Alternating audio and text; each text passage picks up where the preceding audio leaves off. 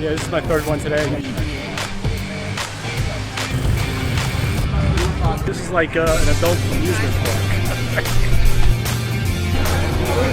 When I'm riding from different manufacturers, I'm learning things.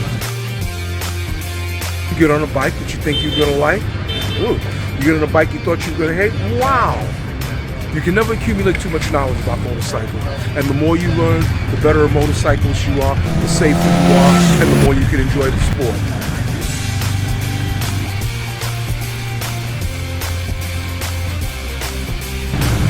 Really nice. Really nice. Moto Guzzi, that was an awesome ride. The smoothness, the speed, the control, all of it. It's a great day.